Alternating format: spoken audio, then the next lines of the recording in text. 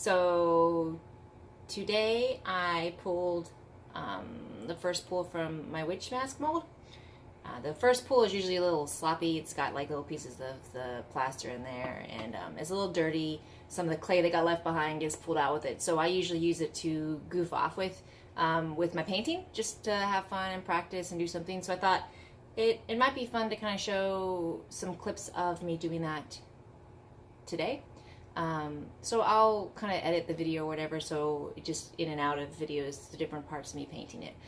So hopefully y'all enjoy that. Okay, so before I got started, I thought I would show you guys the color.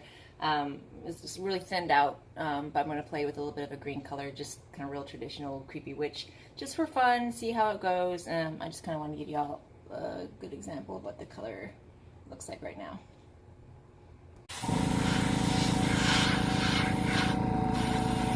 Might be a little too rich of a color for me, so I will probably tone it down just a little bit, thin it out a little bit more, so that the first layer is going super thin, because I don't want the first layer to be too heavy.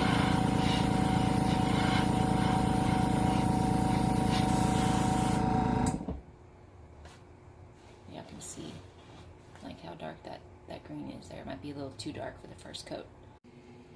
So the green's a little more translucent now. Makes it easier for me to layer on different layers and such. I'm going to go ahead and start doing some darker colors on next, and we'll kind of go from there. And I'll just kind of go back and forth and show you guys kind of like a screen of the progress that I've made so far. Okay, so I added a little black, some darker tones around the eyes and the mouth. And now I'm going to thin it out dramatically and use it to add a little bit more detail in there. So, alright, so now I'm taking my thinner black and I'm going through and playing with some veining. So I'll kind of, let me put my mask back on and I'll kind of show you how this works.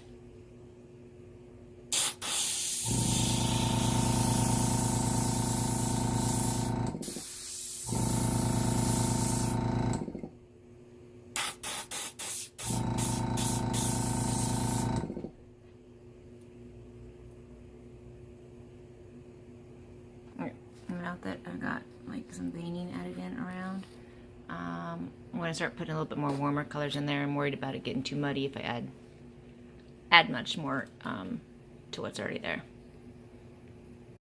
Okay, so this is after I added some warm. I'll show you it's really warm, but it's thinned down quite a bit.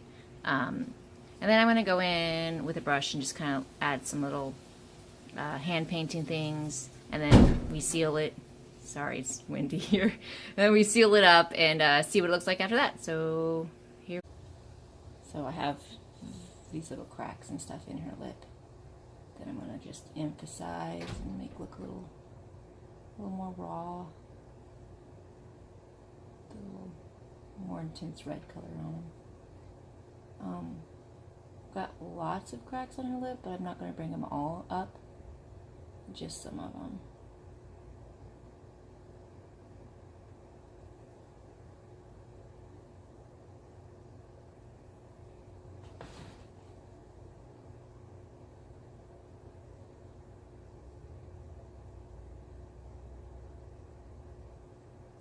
And then in some places where the pull came out a little rough, because like I said, it was a first pull, I like to kind of play with it and see if I can make it work for me. So if there's like a little patch area or something like that, I can just make it look like the skin's kind of peeling back a little bit. That's the real fantastic thing about working in horror and gore, is it doesn't have to look perfect. And if something comes out a little bit off, just bloody it up a little bit and get it to work for you. Usually, not always, but usually. I'm just gonna pull open the lip a little bit so I can get. Oh shit! Just get right in there. There we go. I use my fingers a lot when I paint, which I shouldn't do because I end up getting stained up. But I've gotten used to doing it that way, and it works for me. And then we're going to come in, let's see if you can see it. There we go. We're going to come in along the edge of the eye here. I like to keep the edges of eyes when I'm doing masks dark. That way people can just blacken around their eyes and it kind of blends in a little bit better, but I still like to have some red or some warm in there so it looks a little creepy.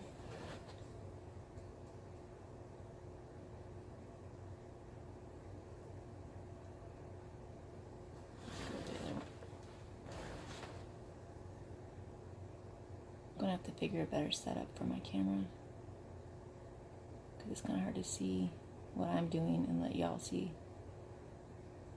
what I'm doing as well. There we go. I'm going to kind of play around with my little warts here and see what it looks like to kind of warm up the ends of some of them just a little bit. If I don't like it, no big deal. I'm playing around today, so actually I kind of like it. It kind of makes them look a little bit like pimples,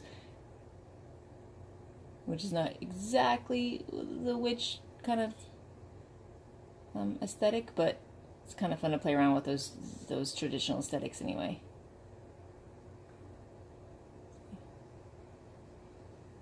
There we go. I'll leave that one just plain. Do this one right here. It's a nice plain one.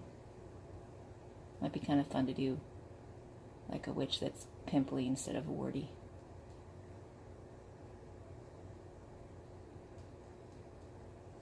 Okay.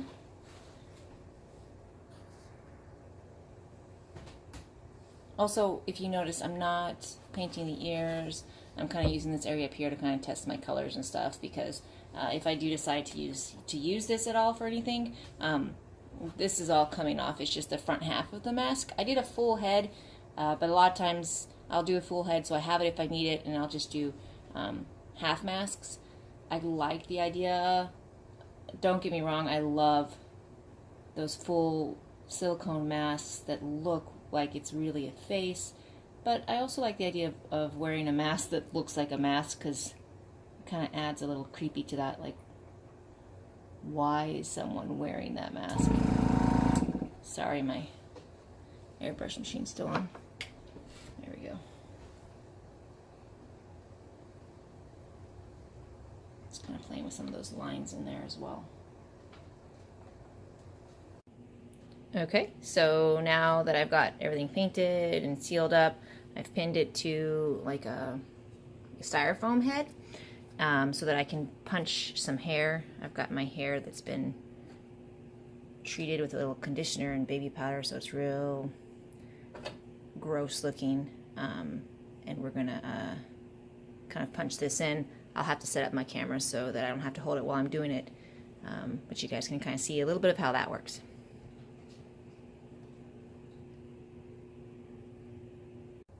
Okay, so hopefully you guys can kind of see. It's not a full head, so I'm just going to do a couple little strands sticking in to kind of give it a little more something. So I got my little homemade tool here, which is basically a needle with half of the loop end cut off. And basically, since I have the styrofoam head to kind of support what I'm doing, I'll just punch in over the hair. Kind of pull out like I don't need, and to kind of give an example, there's a couple little strands of hair in now, and I'll seal them up on the back end when everything's done. So I'll go ahead and do that and kind of show y'all what it looks like after that. Okay, so the hair has been punched in to the top of the head up here. I haven't like done any touching up or anything on it, but that's been punched in, and that's basically what it'll end up looking like. I'll add some like big, I was thinking about some big chunky straps on the back to hold it on, just add a little creepiness and a little bulk to it. But there she is, at least one version of her.